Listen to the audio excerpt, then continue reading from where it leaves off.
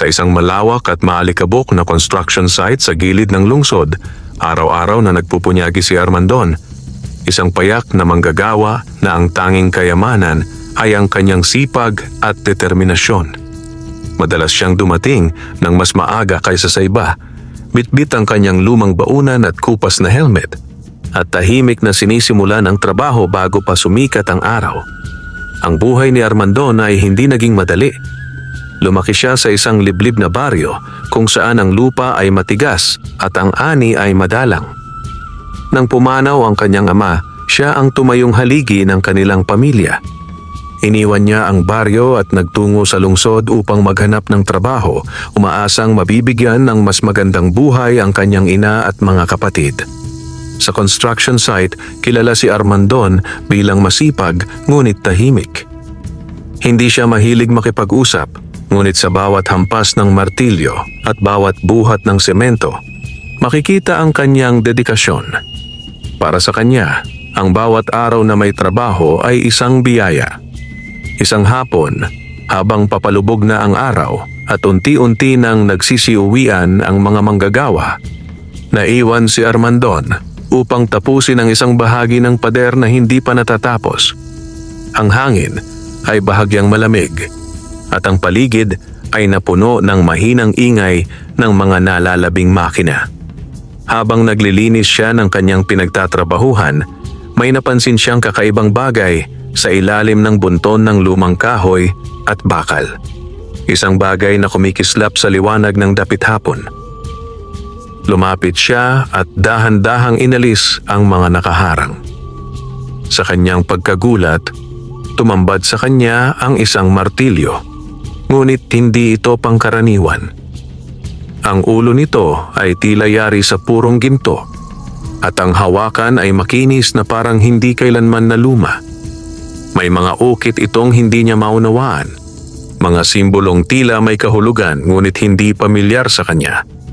Pinulot niya ito at sa sandaling hinawakan niya ang martilyo, tila may kakaibang init na dumaloy sa kanyang palad. Hindi ito nakakapaso, ngunit sapat upang maramdaman niyang may kakaiba sa bagay na iyon. Sandali siyang natigilan. Paano napunta dito to? Bulong niya sa sarili. Wala siyang maalalang may ganitong kagamitan sa kanilang site. Lahat ng gamit nila ay karaniwan, bakal, kahoy at luma. Walang sino mang manggagawa ang may martilyong ganito kaganda at kakaiba. Iniikot niya ito sa kanyang kamay. Mabigat, ngunit hindi nakakapagod hawakan. Sa katunayan, pakiramdam niya ay parang mas lumalakas ang kanyang braso habang hawak niya ito. Sa kabila ng kanyang pagkamangha, napagpasyahan niyang dalhin muna ito sa kanilang barracks. Baka may may-ari nito, isip niya. Ngunit sa kaibuturan ng kanyang damdamin, may kakaibang pakiramdam na tila ang martilyong iyon ay hindi basta nawawala. Tila ito ay sadyang napunta sa kanya. Kinagabihan, habang nagpapahinga siya sa kanyang maliit na higaan, hindi niya maiwasang pagmasdan ng martilyo. Kahit sa dilim, tila ito ay bahagyang kumikislap. Hinawakan niya muli ito, at doon nagsimula ang kakaiba. Sa sandaling muling dumikit ang kanyang palad sa hawakan, biglang nagbago ang kanyang pakiramdam. Parang may mga alaala na hindi kanya ang pumasok sa kanyang isipan. Mga imahe ng sinaunang mga gusali, malalaking templo, at mga taong gumagamit ng parehong uri ng martilyo upang lumikha ng mga bagay na tila imposible. Napabitaw siya agad, hinihingal. Ano yon? Usal niya. Pinunasan niya ang kanyang noo at napansin niyang pawis na pawis siya kahit malamig ang gabi. Ngunit ang mas nakakagulat ay ang pakiramdam sa kanyang katawan. Tila mas magaan, mas malakas. Kinabukasan, bumalik siya sa trabaho dala ang martilyo. Sa una, nag-alangan siyang gamitin ito. Ngunit nang dumating ang pagkakataon na kailangan niyang magpako sa matigas na kahoy, sinubukan niya ito. Isang hampas. Ang pako ay agad na bumaon ng diretso, parang walang resistensya. Napatigil ang kanyang mga kasamahan. "Uy Armandon, Anong gamit mo dyan? Tanong ng isa. Ah, martilyo lang. Sagot niya, pilit na binabaliwala ang kakaibang nangyari. Ngunit sa kanyang isipan, alam niyang hindi iyon ordinaryo.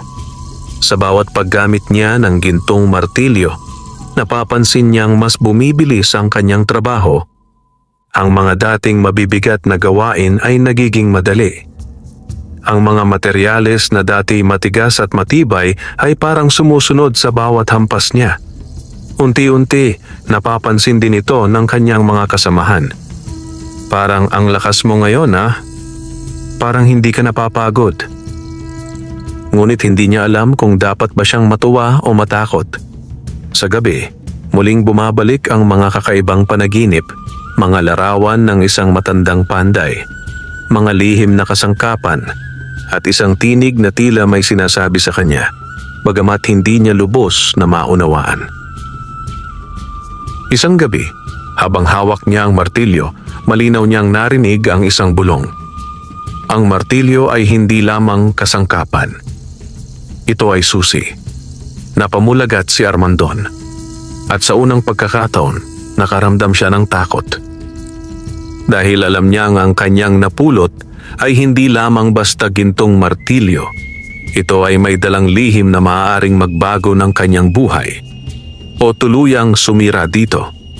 Sa gitna ng katahimikan ng gabi, mahigpit niyang hinawakan ang martilyo. Hindi niya pa alam, ngunit ang araw na iyon ang simula ng isang kwentong magdadala sa kanya sa isang mundong hindi niya kailanman inakala. Isang mundong puno ng hiwaga, kapangyarihan, at kapalarang hindi niya matatakasan. At ang gintong martilyo ang susi sa lahat ng iyon. Hindi mapakali si Armandon kinabukasan. Mula sa paggising niya hanggang sa pagpasok sa trabaho, tila may bumubulong sa kanyang isipan.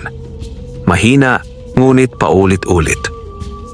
Ang tinig na iyon ay hindi niya maipaliwanag, ngunit malinaw ang pakiramdam na ito ay may nais iparating.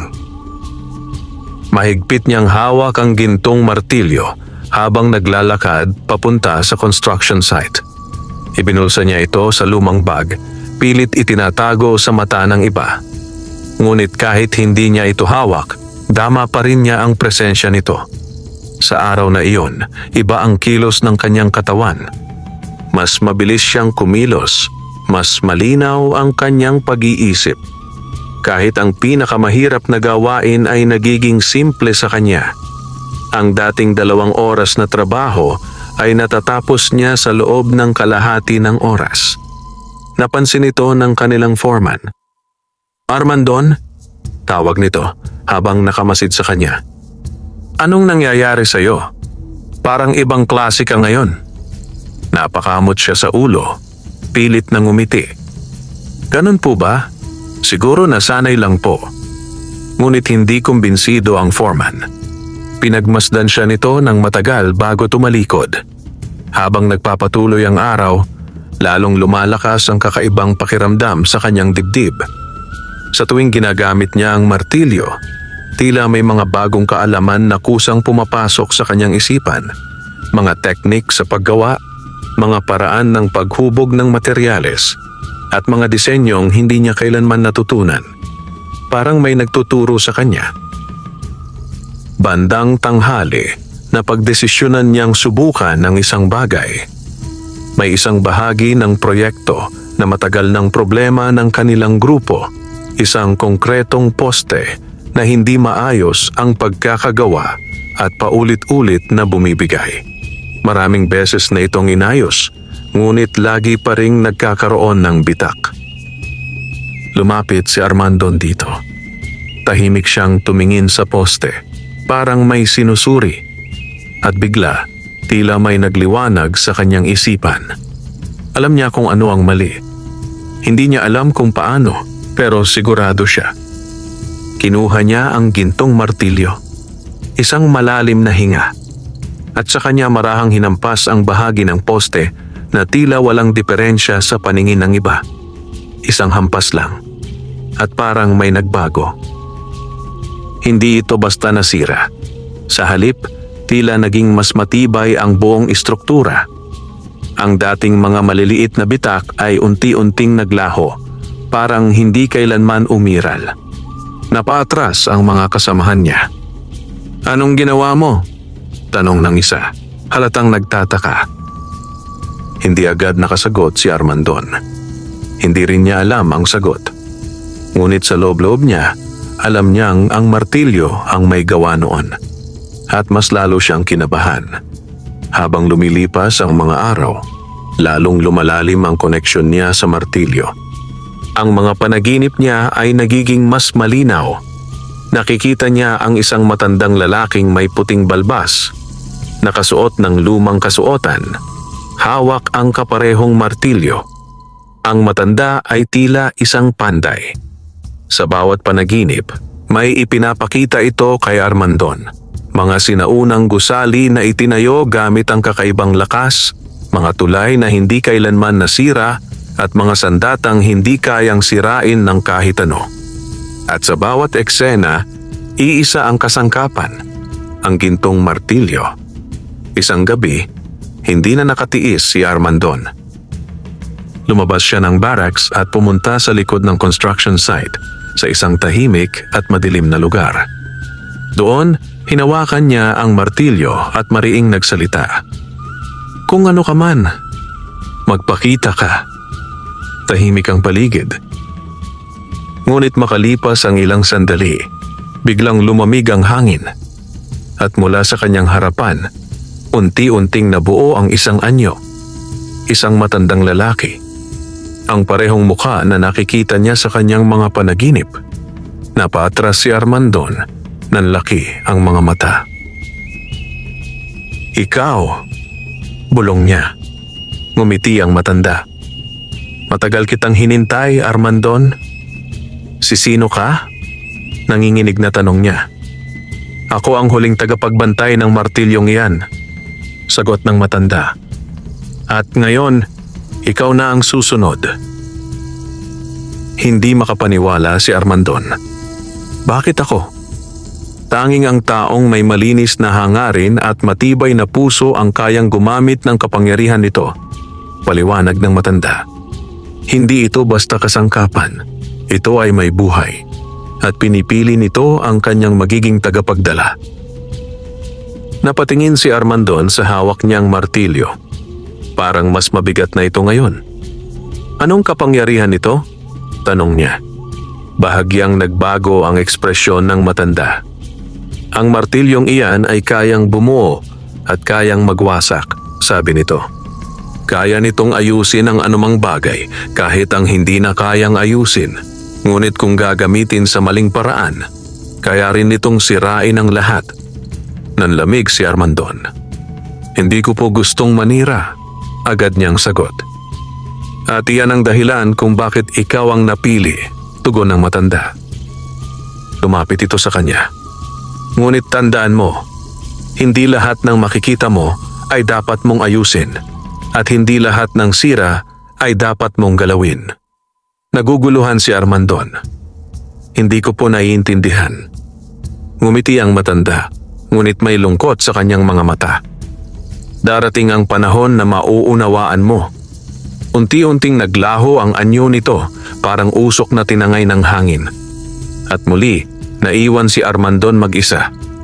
Tahimik ang gabi, ngunit hindi na pareho ang pakiramdam. Mas mabigat na ang responsibilidad na kanyang dala. Mas malinaw na rin ang panganib. Habang hawak niya ang gintong martilyo, napatingin siya sa malayo. At sa unang pagkakataon, naramdaman niya na ang kanyang simpleng buhay bilang construction worker ay tuluyan ng nagbago. May paparating. At alam niyang hindi iyon magiging madali. Mula nang makita ni Armandon ang mahiwagang matanda, hindi na siya muling nakatulog ng mahimbing. Bawat gabi ay may mga panaginip siyang tila hindi lamang basta panaginip. Parang may nagtuturo sa kanya, mga paraan ng paghubog ng bakal, pag-aayos ng sirang bato, at maging ang pagbuo ng mga bagay na tila imposible para sa isang karaniwang manggagawa. Ngunit kasabay ng mga bagong kaalamang iyon, ay ang lumalalim na kaba sa kanyang dibdib. Sa araw, pilit niyang ibinabalik ang sarili sa dating gawain, ang simpleng pagiging construction worker. Ngunit hindi na maitatanggi ang pagbabago. Sa ikatlong araw matapos ang kanyang kakaibang karanasan, dumating ang isang hindi inaasahang problema sa site. Isang bahagi ng gusali na nasa ikalawang palapag ang biglang nagkaroon ng seryosong bitak. Hindi ito basta bitak. Tila may mali sa pundasyon at anumang oras ay maaaring bumigay ang buong estruktura. Nagkagulo ang mga manggagawa. "Lumayo kayo!" sigaw ng foreman. Ang ilan ay agad umatras, ngunit may ilan pang naiwan sa loob ng delikadong bahagi. Hindi agad makalabas ang mga ito dahil sa bumagsak na bakal na humarang sa kanilang daan. Napatingin si Armandon. Naroon ang dalawa niyang kasamahan, takot na takot, hindi makalabas. Mabilis ang tibok ng kanyang puso. Hindi siya sanay sa ganitong sitwasyon. Ngunit sa sandaling iyon, tila may kumalabit sa kanyang isipan. Isang pamilyar na tinig. Hindi lahat ng sira ay dapat mong galawin. Ngunit may mga pagkakataon na ikaw lamang ang makakatulong. Napahigpit ang hawak niya sa gintong martilyo. Tumakbo siya papunta sa delikadong bahagi ng gusali. "Armandon, huwag!" sigaw ng foreman. Ngunit hindi siya tumigil. Sa kanyang harapan ay ang bitak na unti-unting lumalawak. Ang mga bakal ay nanginginig at ang semento ay tila handa ng bumigay. Huminga siya ng malalim. Sa kanyang isipan, biglang pumasok ang mga imahe, ang matandang panday, ang mga sinaunang gusali, ang wastong paraan ng pag-ayos. Itinaas niya ang martilyo at marahang hinampas ang bahagi ng pader. Isang hampas. Parang may dumaloy na kakaibang lakas mula sa martilyo papunta sa buong estruktura. Ang pagyanig ay bahagyang humina. Ngunit hindi pa ito sapat. Muli niyang hinampas. At sa pangalawang hampas, tila nagbago ang anyo ng bitak. Hindi na ito lumalawak, bagkus ay unti-unting nagsasara. Nagulat ang mga manggagawa. Anong nangyayari? Hindi na sila makapagsalita. Pangatlong hampas. At tuluyang tumigil ang paggalaw ng gusali. Ang mga bitak ay naglaho na parang hindi kailanman umiral. Tahimik ang paligid. Ang dating gulo ay napalitan ng matinding pagkabigla. Unti-unting lumabas ang mga naipit na manggagawa, nanginginig ngunit ligtas. Lumapit ang foreman kay Armandon, hindi makapaniwala. "Paano mo ginawa yon?" Hindi sumagot si Armandon. Tanging ang mabigat na paghinga ang maririnig mula sa kanya. Sa loob-loob niya, alam niyang hindi iyon basta lakas o kasanayan. Ang martilyo ang may gawa. Ngunit kasabay ng tagumpay na iyon ay ang isang bagong pakiramdam. Isang bigat na tila mas lumalalim. Habang nagkakagulo ang mga tao sa paligid, tahimik siyang tumingin sa martilyo. At doon niya napansin ang isang bagay. Ang dati makinis na gintong ulo nito ay nagkaroon ng bahagyang pagbabago. Isang ukit ang tila lumitaw, isang simbolo na hindi niya nakita noon. Parang may nadagdag, parang may nagising. Kinabahan siya. Bawat paggamit, may kapalit. Bulong ng isang tinig sa kanyang isipan. Napapikit si Armandon. Hindi niya alam kung imahinasyon lamang iyon o bahagi ng kapangyarihan ng martilyo. Ngunit isang bagay ang sigurado, hindi ito simpleng kasangkapan. Habang lumilipas ang araw, kumalat ang balita sa buong site. Ang ilang manggagawa ay nagsimulang umiwas sa kanya, habang ang iba naman ay tila may halong paghanga at takot sa kanilang mga mata.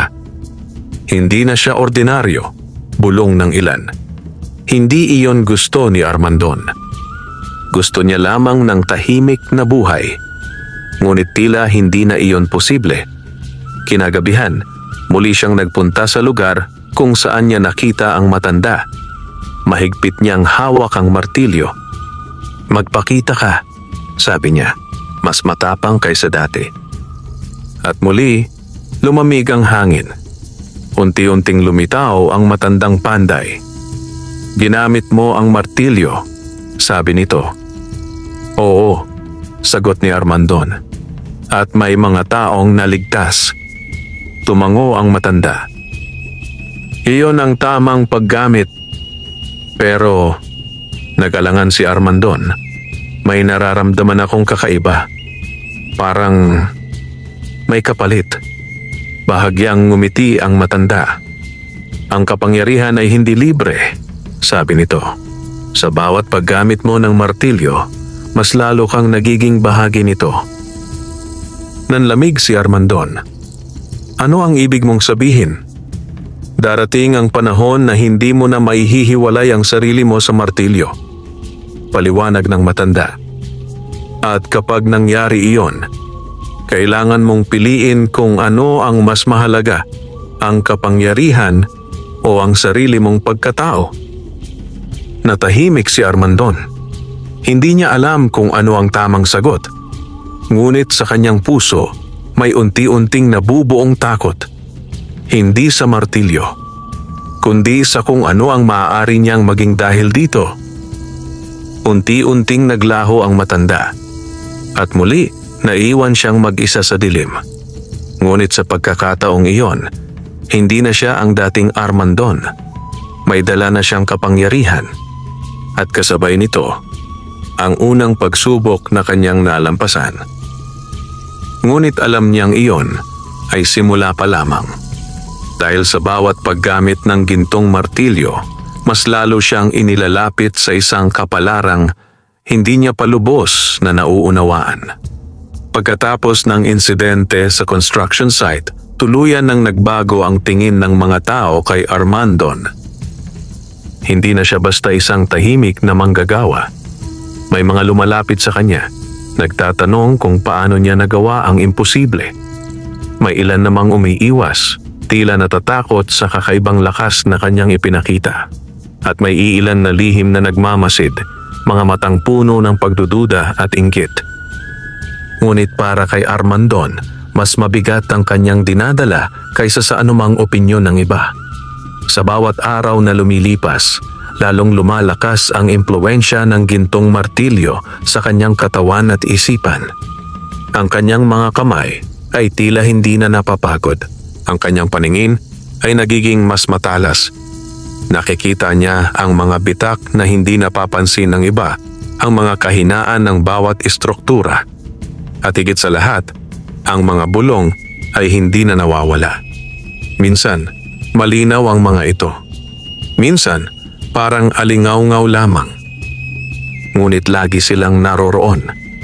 Isang hapon, habang nagpapahinga siya sa gilid ng site, may isang lalaking lumapit sa kanya. Hindi ito pamilyar sa kanya. Maayos ang suot, may dalang kumpiyansa sa kilos, at may titig na tila may hinahanap. "Ikaw si Armandon?" tanong nito. Tumango siya. "Narinig ko ang ginawa mo kahapon," dagdag ng lalaki. Impresibo. Hindi agad nagsalita si Armandon. "Sinwerte lang," sagot niya.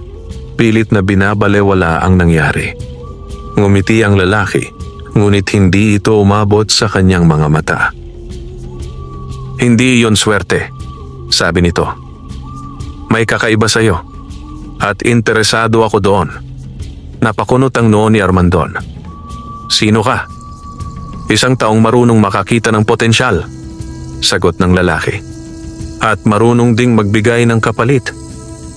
Hindi nagustuhan ni Armandon ang tono nito. "Ayoko ng gulo," diretso niyang sabi. Bahagyang tumawa ang lalaki. "Hindi mo kailangang hanapin ang gulo," sagot nito. "Dahil darating ito sa iyo." At pagkatapos noon, tahimik itong umalis. Naiwan si Armandon, puno ng pag-aalinlangan. Hindi niya alam kung bakit, ngunit may kakaibang pakiramdam siyang hindi maganda ang intensyon ng lalaking iyon.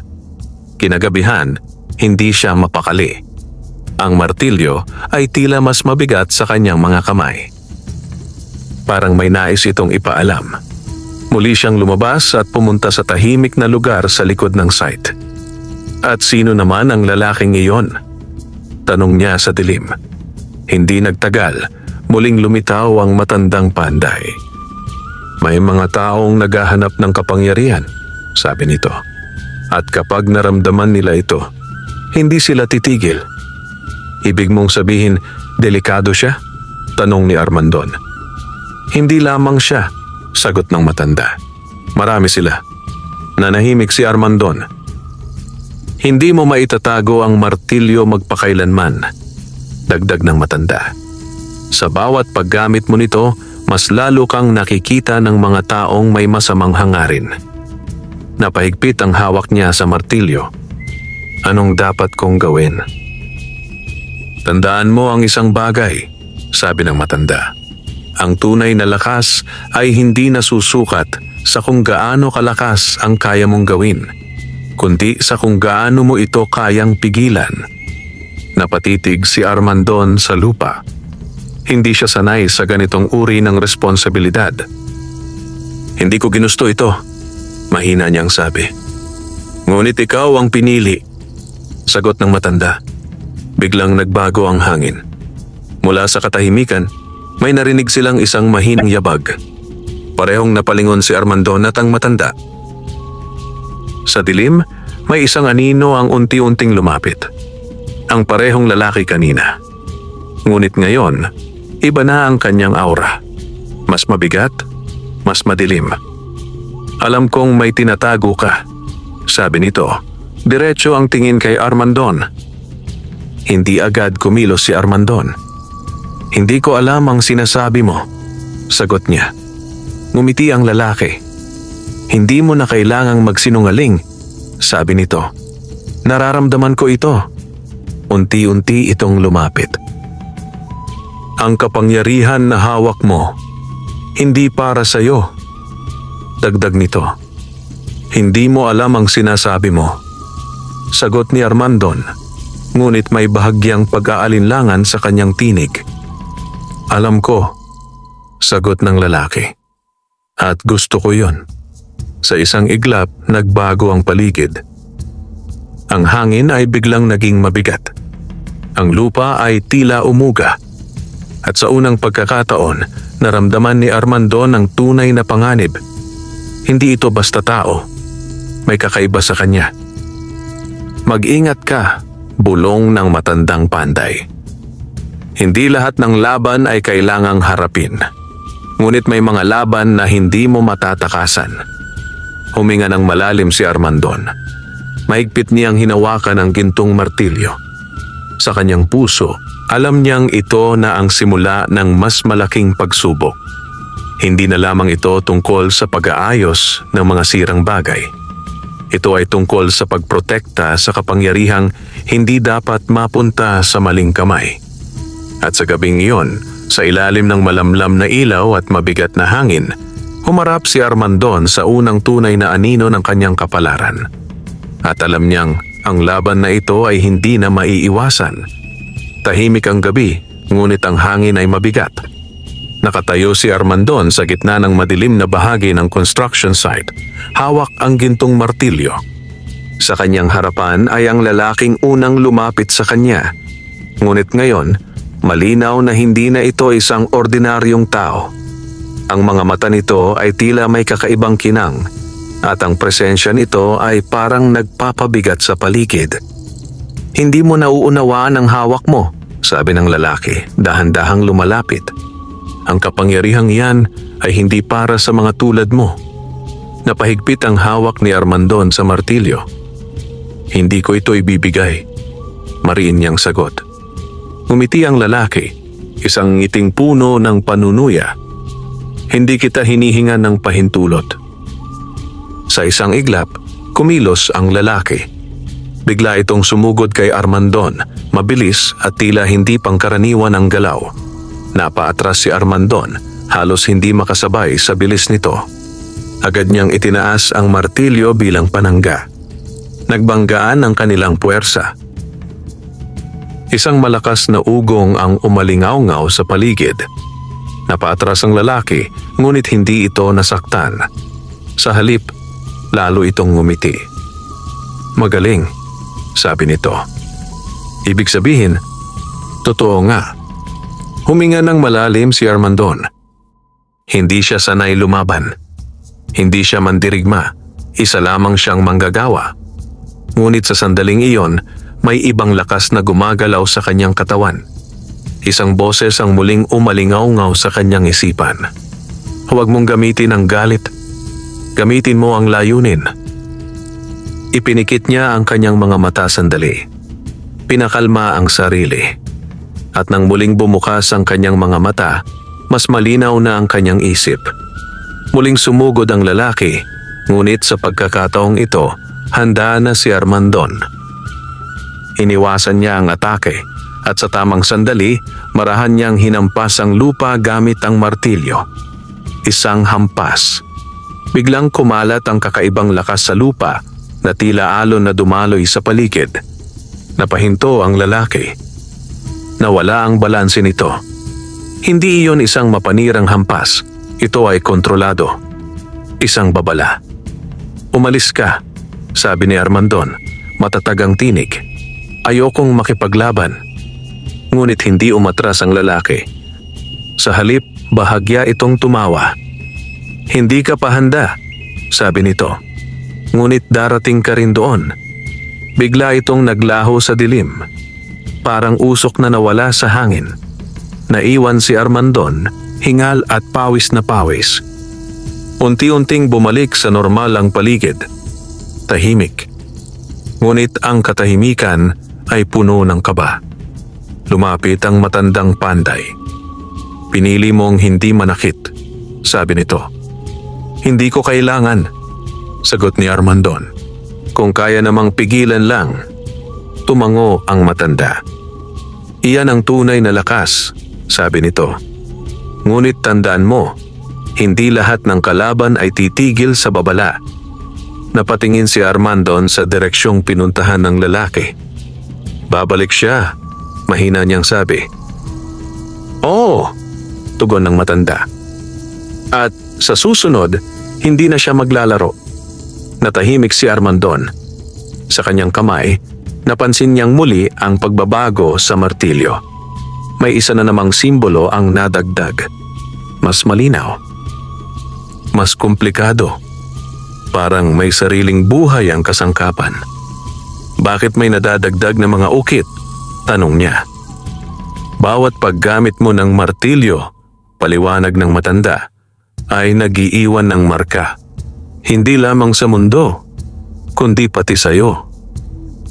Nanlamig si Armandon. Hindi ko ba ito mapipigilan?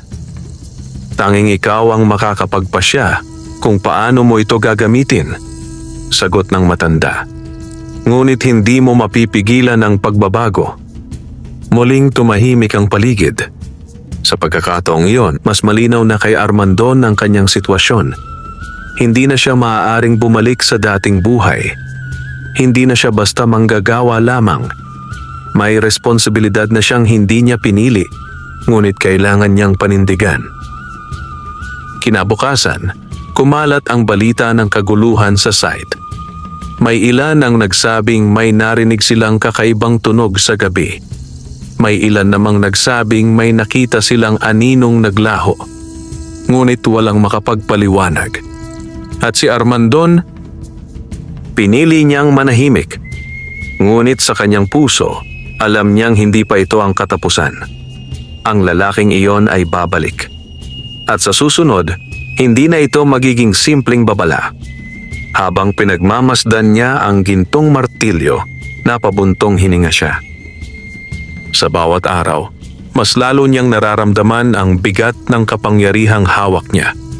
At sa bawat gabi, mas lalo niyang nauunawaan na ang laban na kanyang sinimulan ay hindi lamang para sa sarili niya, kundi para sa lahat ng maaaring madamay kung ang martilyo ay mapunta sa maling kamay. Lumipas ang ilang araw matapos ang unang laban ni Armandon. Sa panlabas, tila bumalik sa normal ang lahat sa construction site. Patuloy ang trabaho, patuloy ang ingay ng makina at patuloy ang pawis ng mga manggagawa. Ngunit sa loob ni Armandon, walang katahimikan. Ang bawat araw ay parang paghahanda sa isang bagay na hindi pa dumarating. at ang bawat gabi ay lalong nagiging mabigat. Hindi na lamang panaginip ang kanyang nararanasan. Ito ay tila mga alaala na hindi kanya. Nakikita niya ang matandang panday, ngunit ngayon ay hindi na lamang ito nagtuturo. May mga pagkakataon na tila may kausap ito, mga aninong hindi niya makita ng malinaw. At sa bawat eksena, may iisang paksa, ang martilyo. Isang gabi, nagising si Armandon na hingal na hingal. Pinagpapawisan siya kahit malamig ang hangin. Hinawakan niya agad ang gintong martilyo na nasa tabi niya. Ngunit sa sandaling iyon, may kakaiba siyang napansin. Ang kanyang kamay. May bahagyang kumikislap na marka sa kanyang palad, parang ukit na kahawig ng mga simbolong nasa martilyo. Napaatras siya. "Ano ito?" bulong niya. Sinubukan niyang punasan, ngunit hindi ito nawawala. Sa halip, tila mas lumilinaw pa ang hugis nito. Doon niya naalala ang sinabi ng matandang panday. Bawat paggamit mo ng martilyo ay nag-iiwan ng marka, hindi lamang sa mundo, kundi pati sa iyo. Kinabahan si Armandon. Hindi niya inaasahan na literal itong mangyayari. Kinabukasan, pilit niyang itinago ang marka sa kanyang kamay. Patuloy siyang nagtrabaho, ngunit hindi niya maiwasang mapatingin dito paminsan-minsan. At sa bawat sandaling iyon, mas lalo niyang nararamdaman ang koneksyon niya sa martilyo. Parang may dumadaloy na enerhiya mula rito papunta sa kanyang katawan. At hindi niya alam kung ito ba ay mabuti o mapanganib. Bandang hapon, habang abala ang lahat, may isa na namang insidente ang naganap. Isang mabigat na bakal ang biglang bumagsak mula sa itaas, direkta sa isang batang helper na bagong pasok pa lamang sa trabaho. Walang oras para mag-isip. Walang oras para tumawag ng tulong. Sa isang iglap, kumilos si Armandon. Tumakbo siya at itinaas ang kanyang kamay, hawak ang gintong martilyo. At sa mismong sandaling iyon, hinampas niya ang hangin sa harapan ng bumabagsak na bakal. Isang hampas, at tila may hindi nakikitang puwersa ang humarang. Huminto ang bakal. Nakatigil ito sa ere. Parang may sumalo. Nanlaki ang mga mata ng lahat. Hindi makapaniwala ang mga nakakita. Unti-unting ibinaba ni Armandon ang kamay niya, at kasabay nito, marahang bumaba ang bakal sa lupa. Ligtas. Tahimik ang paligid. Ang batang helper ay nanginginig, ngunit buhay. Lumapit ito kay Armandon, halos hindi makapagsalita. Salamat po." Hindi agad sumagot si Armandon. Hindi dahil ayaw niya, kundi dahil natatakot siya sa sarili niyang ginawa. Hindi niya akalaing kaya niyang gawin iyon. Hindi iyon simpleng pag-ayos. Hindi iyon basta lakas. Iyon ay kapangyarihang hindi niya lubos na nauunawaan. Habang nagkakagulo ang mga tao sa paligid, napatingin siya sa kanyang kamay. Ang marka ay mas malinaw na ngayon at mas maliwanag. Parang tumutugon sa kanyang ginawa. Kinagabihan, muli siyang bumalik sa tahimik na lugar. Hindi na niya kailangang tawagin ang matanda. Kusang lumitaw ito. "Naramdaman mo na," sabi nito. Tumango si Armandon. "Hindi na ito normal," sagot niya. "Hindi lang ito pag-aayos. Parang nagiging iba na ako." Tahimik ang matanda. At ang marka, dagdag ni Armandon, ipinapakita ang kanyang palad. "Ano ito?" Lumapit ang matanda at tiningnan ang kanyang kamay. "Iyan ang tanda ng tagapagdala," sabi nito.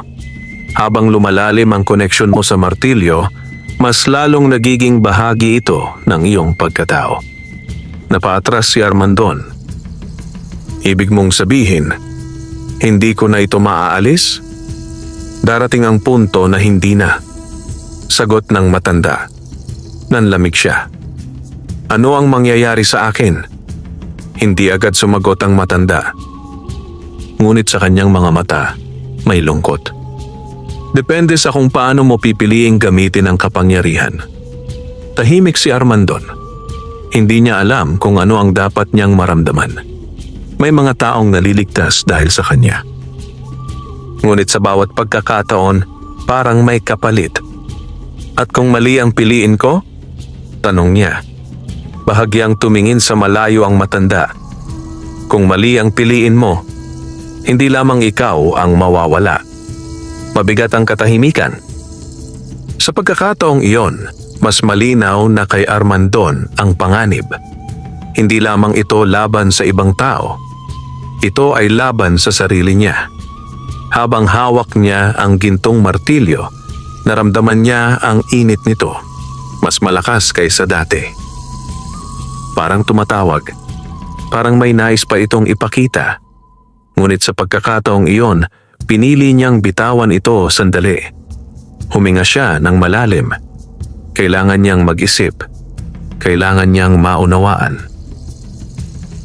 Dahil ang kapangyarihang hawak niya ay hindi lamang biyaya. Ito ay isang pagsubok.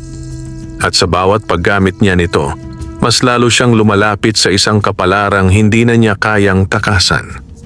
Hindi na maikakaila ni Armandon ang pagbabago sa kanyang sarili. Sa bawat araw na lumilipas, mas nagiging malinaw ang koneksyon niya sa gintong martilyo. Hindi na lamang ito isang kasangkapan, tila isa na itong bahagi ng kanyang pagkatao. At ang pinakanakakatakot, hindi na lamang panlabas ang epekto nito. May tinig na. Hindi na ito basta bulong. Hindi na ito alingaw-ngaw. Ito ay malinaw na tinig na tila nagmumula mismo sa loob ng martilyo. Isang gabi, habang nakahiga si Armandon sa kanyang kama, hindi siya makatulog. Tahimik ang paligid, ngunit sa kanyang isipan ay may paulit-ulit na salita. Gamitin mo ako. Napadilat siya. Napaupo.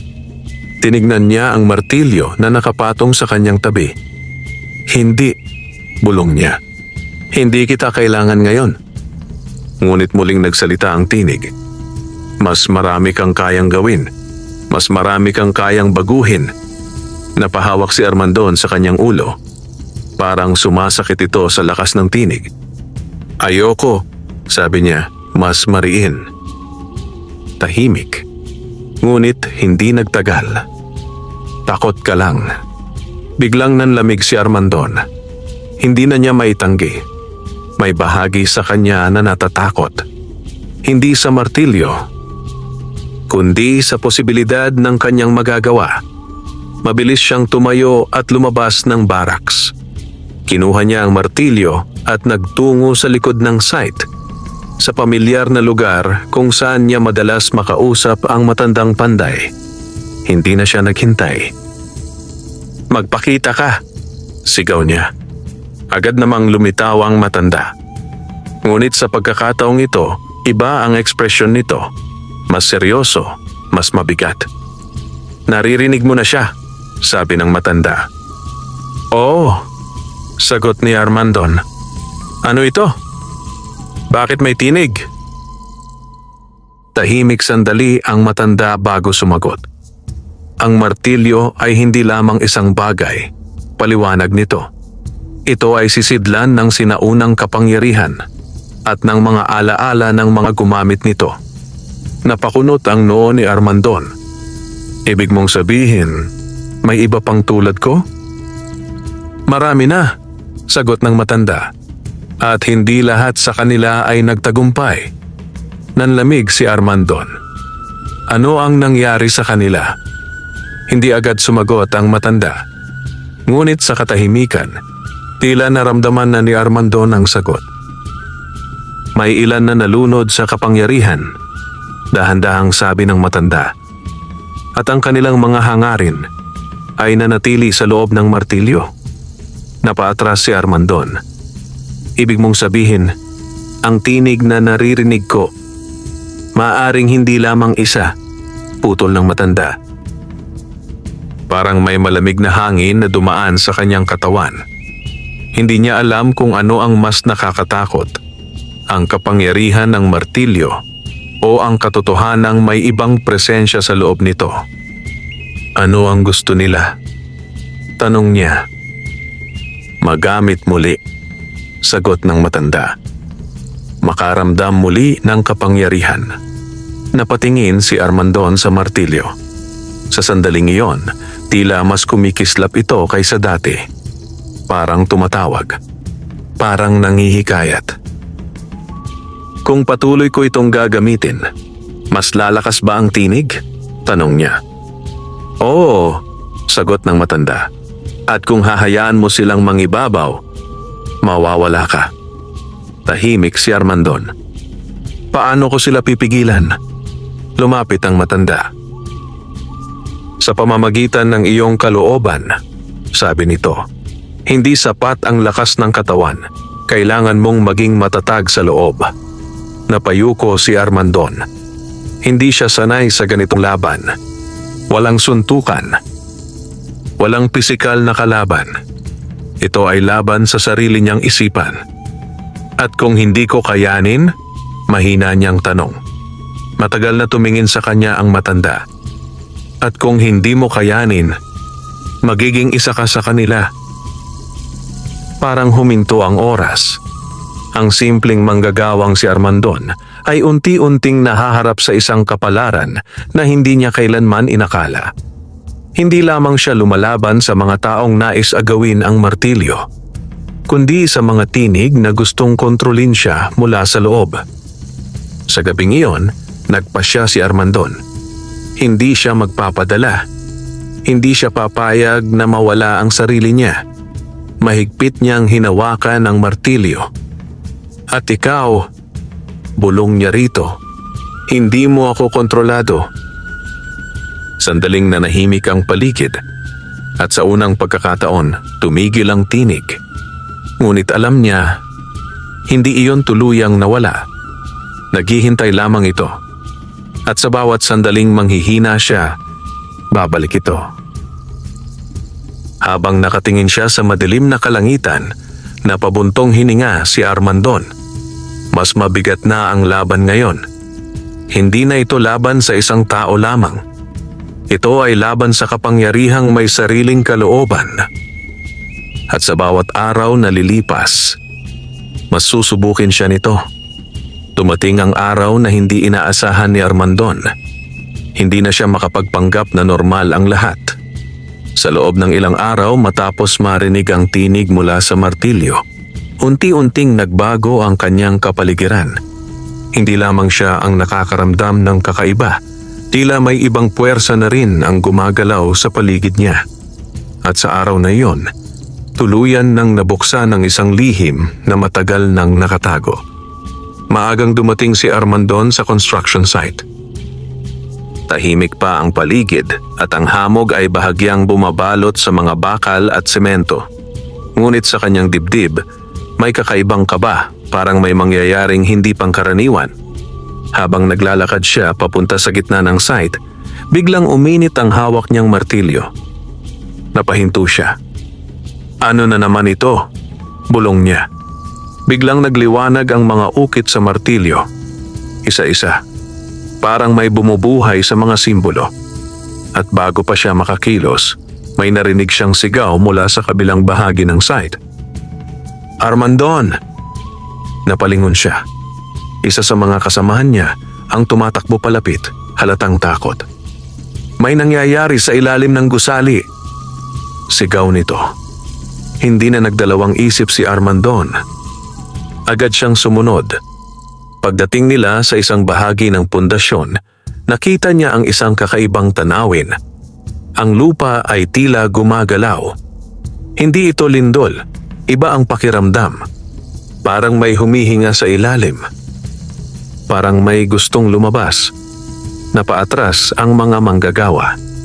Hindi ito normal, sabi ng isa. Ngunit si Armandon ay hindi makagalaw. May kung anong humihila sa kanya papalapit. Ang martilyo sa kanyang kamay ay lalong umiinit. At sa kanyang isipan, muling narinig ang tinig. Dito nagsimula. Dito muling magigising. Napapikit siya. At sa isang iglap, may pumasok na imahe sa kanyang isip. Isang sinaunang lugar.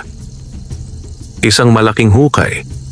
At sa gitna nito, isang martilyong kapareho ng hawak niya. Bigla siyang napamulat. Hindi na siya nagdalawang isip. Lumapit siya sa mismong bahagi kung saan tila nanggagaling ang kakaibang galaw ng lupa. "Armandon! Huwag!" sigaw ng foreman. Ngunit hindi siya tumigil. Itinaas niya ang martilyo at marahang ibinaba ito sa lupa. Isang hampas. Biglang kumalat ang liwanag mula sa punto ng kanyang paghampas. Ang lupa ay biglang tumigil sa paggalaw at sa gitna ng liwanag may unti-unting lumitaw. Isang lumang bakal na pinto. Nakatago sa ilalim ng lupa. Nakatatak ang mga simbolo na kapareho ng nasa kanyang martilyo. Napaatras ang lahat. Ano yan? Bulong ng isa. Ngunit si Armandon ay hindi na nagulat. Parang inaasahan na niya ito. Dahan-dahan siyang lumapit sa pinto. Sa sandaling inilapit niya ang martilyo, biglang nagliwanag ang mga ukit sa pinto. At sa isang malakas na tunog, ito ay unti-unting bumukas. Isang malamig na hangin ang lumabas mula sa loob. Madilim ang daan. Parang walang katapusan. Sa kanyang isipan, muling narinig ang tinig. Ang pinagmulan, ang lihim, ang kapangyarihan. Ngunit kasabay nito, may isa pang tinig. Mas mahina, mas pamilyar. Ang matandang panday. Huwag kang basta papasok. Hindi lahat ng lihim ay dapat tuklasin. Napahinto si Armandon. Dalawang tinig. Dalawang direksyon. Sa likod niya, ang mga kasamahan niyang takot at naguguluhan. Sa harap niya, ang pintong nagbubukas sa isang hindi kilalang mundo. Mahigpit niyang hinawakan ang martilyo. Ramdam niya ang pulso nito. Parang buhay. Kung ito ang pinagmulan, bulong niya, kailangan kong malaman ang katotohanan. Dahan-dahan siyang humakbang papasok. "Armandon!" sigaw ng foreman. Ngunit hindi na siya lumingon. Sa bawat hakbang niya pababa, mas lumalamig ang hangin. Mas dumidilim ang paligid. At mas lumalakas ang tibok ng kanyang puso. Sa kanyang likuran, unti-unting nagsara ang pintuan. Hanggang sa tuluyan siyang nilamon ng dilim. At sa ilalim ng lupa, sa isang lugar na matagal nang nakatago, nagsimula ang pagbubukas ng isang lihim na magpapabago sa lahat ng kanyang nalalaman. Isang lihim na konektado sa martilyo, sa mga tinig, at sa kapalarang hindi niya na maiiwasan. Nilamon ng dilim si Armandon habang unti-unti siyang bumababa sa ilalim ng lupa. Ang bawat hakbang ay may kasamang malamig na hangin na tila dumadaan hanggang sa kanyang buto. Ang liwanag mula sa ibabaw ay tuluyan ng naglaho at ang tanging ilaw na natitira ay ang banayad na kislap ng gintong martilyo sa kanyang kamay. Hindi siya umatras. Sa halip, mas lalo siyang naging matatag. Habang nagpapatuloy siya sa makitid na daan, napansin niyang ang mga dingding ay hindi pangkaraniwan.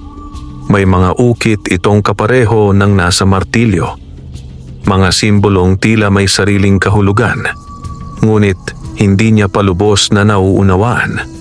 Sa bawat pagdampi ng kanyang kamay sa mga ito, may mga imahe na biglang pumapasok sa kanyang isipan. Mga muka, mga tao, mga tagapagdala ng martilyo bago siya. Napahinto siya. Ito ba ang mga nauna sa akin? Bulong niya. At sa sandaling iyon, biglang lumiwanag ang dulo ng lagusan. Dahan-dahan siyang lumapit. At sa kanyang paglabas, tumambad sa kanya ang isang malawak na silid. Isang sinaunang bulwagan na hindi niya inaasahang makita sa ilalim ng isang construction site. Sa paligid ay may mga haliging bato, Bawat isa ay may nakaukit na simbolo. Sa gitna ng silid ay may isang bilog na plataporma at sa paligid nito ay may mga estatwa. Hindi pangkaraniwan ang mga estatwa. Hindi ito basta mga anyo ng tao. Ito ay tila mga tagapagdala ng martilyo. Isa-isa niyang tiningnan ng mga ito. May matanda, may mandirigma, may babae, may kabataan. Iba't ibang anyo, iba't ibang panahon. Ngunit iisa ang hawak, martilyo. Napahigpit ang hawak ni Armandon sa kanyang sariling martilyo. Ito ang mga nauna sa akin, mahina niyang sabi. At sa sandaling iyon, biglang nagliwanag ang buong silid. Nagulat siya. Ang mga ukit sa mga pader ay kumislap. At ang mga mata ng mga estatwa parang gumalaw. Biglang bumigat ang hangin. At mula sa katahimikan, may mga tinig na unti-unting narinig. Hindi na isa, hindi na dalawa.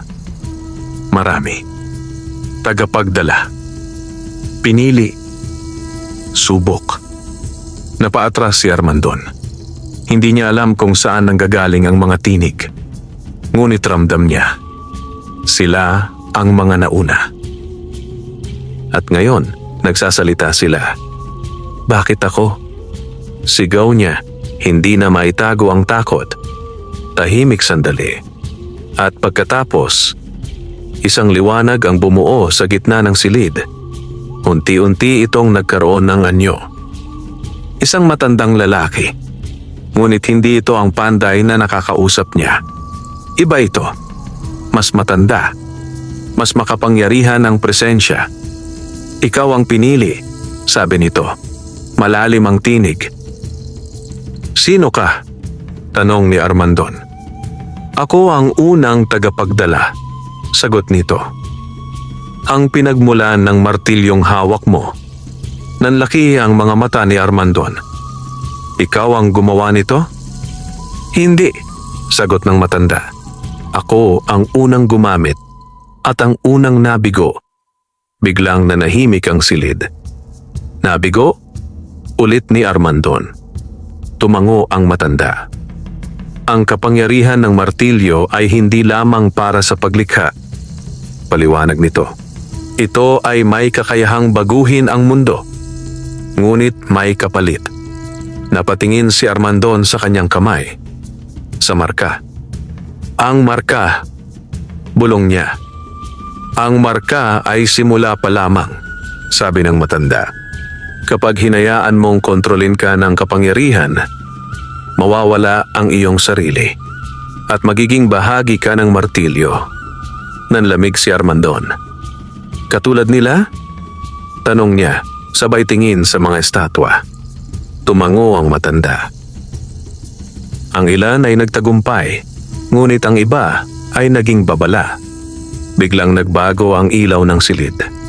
Ang ilang estatwa ay tila nagdilim, at sa kanilang anyo may bakas ng galit, ng pagnanasa, ng kapangyarihan. Ang mga tinig na naririnig mo, dagdag ng matanda, ay hindi lahat mabuti. Napahigpit ang hawak ni Armandon sa martilyo. At ano ang gusto nila? Makalaya, sagot nito. At gamitin ka bilang daan. Parang may sumikip sa dibdib ni Armandon. Kaya ako tinatawag.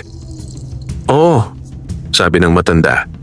At kung hindi ka magiging matatag, sila ang mananalo. Tahimik si Armandon. Hindi niya inaasahan na ganito kalalim ang kanyang kinasangkutan. Akala niya ay isang simpleng bagay lamang ang napulot niya.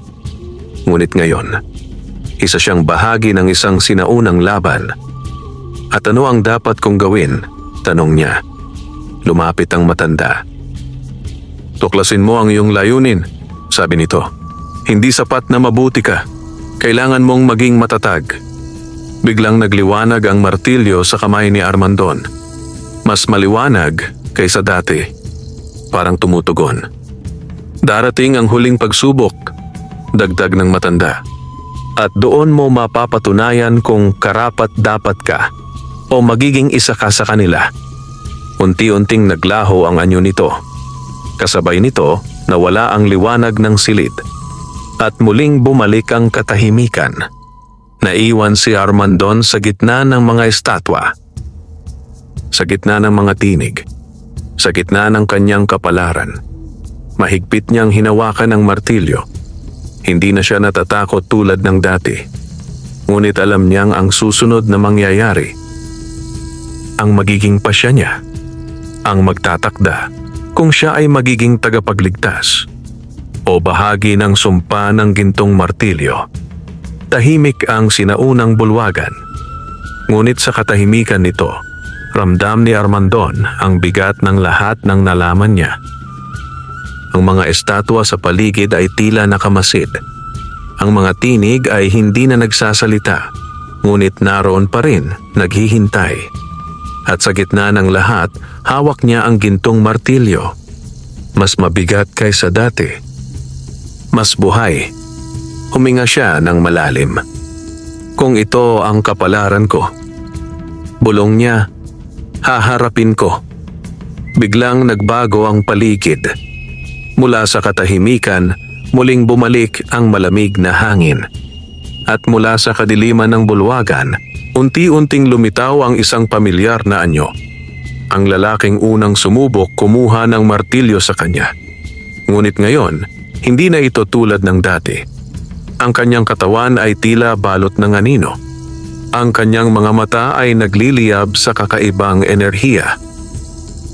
At sa kanyang kamay, may hawak din siyang martilyo. Ngunit ito ay maitim, basag-basag, at tila puno ng galit. Sa wakas, sabi ng lalaki, malamig ang tinig. Nahanap mo na rin ang pinagmulan. Napahigpit ang hawak ni Armandon. Ikaw, sabi niya.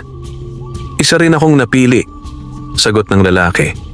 Ngunit hindi tulad mo, hindi ako natakot sa kapangyarihan. Napansin ni Armandon ang marka sa kamay nito. Mas malaki. Mas madilim. Pinili mong magpadala, sabi ni Armandon.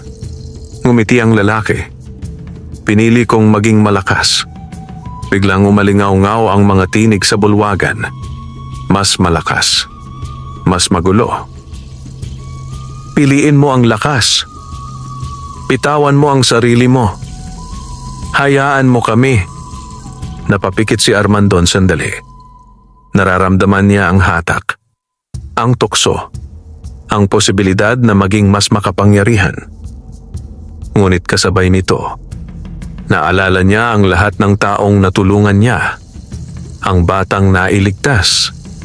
Ang mga kasamahan niyang umaasa sa kanya. Ang simpleng buhay na nais niyang protektahan. Dahan-dahan niyang iminulat ang kanyang mga mata. At sa pagkakataong iyon, malinaw ang kanyang desisyon. Hindi ko kailangan maging katulad mo, sabi niya. Biglang tumawa ang lalaki. Tingnan natin. Sa isang iglap, sumugod ito. Malakas. Mabilis. Ngunit handa na si Armandon. Hindi siya umatake agad. Sa halip, pinili niyang umiwas. Pinagmasdan ang galaw ng kalaban. Hinintay ang tamang sandali. Sa bawat banggaan ng kanilang mga martilyo, kumikislap ang liwanag at anino sa buong bulwagan. Ang mga estatwa ay tila nanginginig. Ang mga tinig ay lalong lumalakas. Tapusin mo siya. Kunin mo ang kapangyarihan. Ngunit hindi nakinig si Armandon. Sa halip, huminga siya ng malalim at inalala ang sinabi ng matandang panday.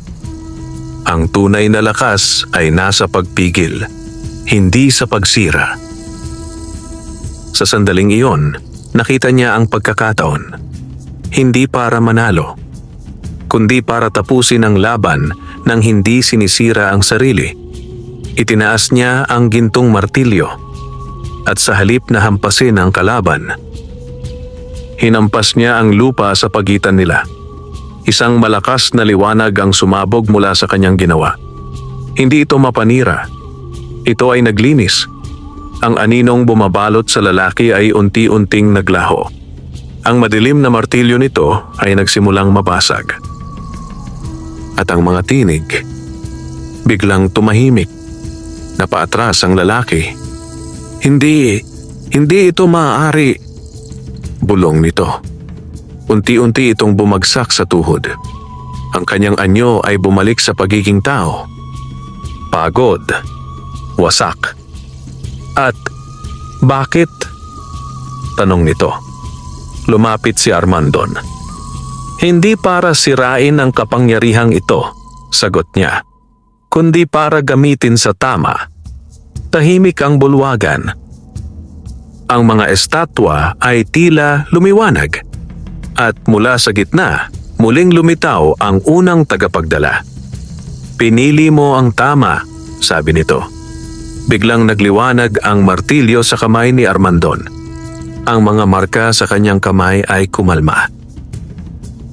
Hindi na masakit. Hindi na mabigat.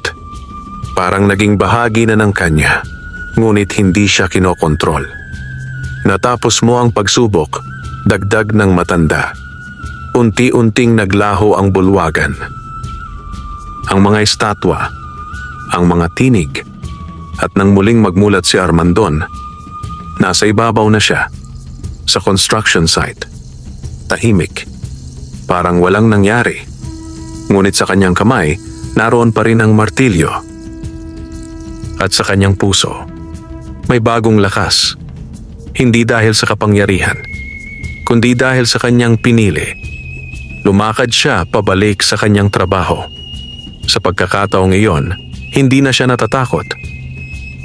Hindi na rin siya nagdadalawang isip dahil alam niya, ang gintong martilyo ay hindi sumpa.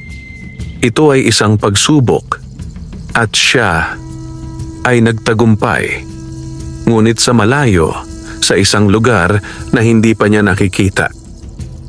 May mga puwersa pa ring naghihintay dahil ang kapangyarihan ay hindi kailanman tuluyang nawawala. At ang kwento ni Armandon ay simula pa lamang. Wakas.